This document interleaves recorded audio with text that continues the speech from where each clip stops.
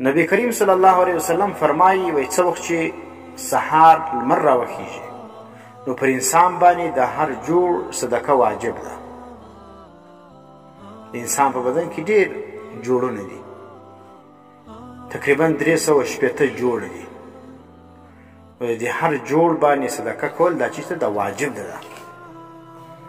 اوس د صدقه به انسان چې کوم دی هغه څه رقم کوي، خامخا پیسې خیراتول دا صدقه نه ده. نو اوس د دوو کسانو په مابین کې د انصاف فیصله کول دا هم صدقه ده. دوو کسانو مابین کې جګړه ده، اختلاف دی، تنازع ده، ته راولاړ چې د هغو په مابین کې د حق فیصله وکړه، دا هم چې دا صدقه ده.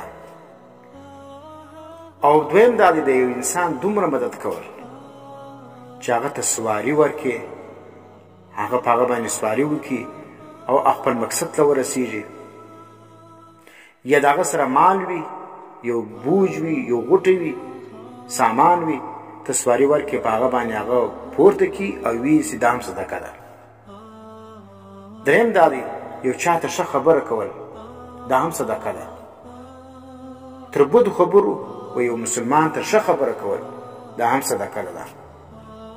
و چې ته چا ته ښه خبره وکړې، الله پاک به د هغه په عوض کې ستا د بدن چې کوم جوړ ولو د هغه څه به صدقه قبوله کړي. او بل دا دی د لمانځه دپاره پورته سوی قدم دا هم صدقه ده. چې انسان مسجد له روان وي، دا یو قدم اخلي، پر دې باندې الله پاک ورته د یو صدقې ثواب ورکوي، لکه دې چې پر خیرات وکړي. نو لمانځه تلل او قدمونه پورته کول، پر دې باندې الله پاک و انسان ته د صدقې ثواب ورکوي.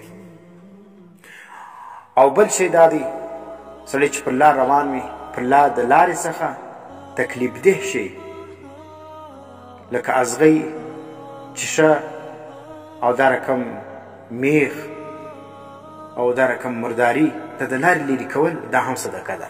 ځکه په یو مسلمان په حق کې وخیږي او په تکلیف سي، نو د مسلمان د لارې څخه اذیتناکه شی لرې کول دا هم صدقه ده. نو دا چې سره د مسلمان لپاره د صدقاتو ډیر مواقع دي. که یو سړی مسکین او غریب وي، زه صدقه څه رقم صدقه وکړم، ما سره پیسې نشته، زه څه وکړم؟ نو دی دې پر دغه حدیث باندې عمل وکړي، د دوو مسلمانانو په مابین کې د صلح وکړي، د انصاف ده، د انصاف فیصله دې وکړي، او د یو چا ته دې سواري ورکړي، یا د یو چا ته ښه خبره وکړي، یا دې لمانځه لره چې دی تګ کوي، پر دې قدمو باندې الله پاک درته د صدقې ثواب ورکوي.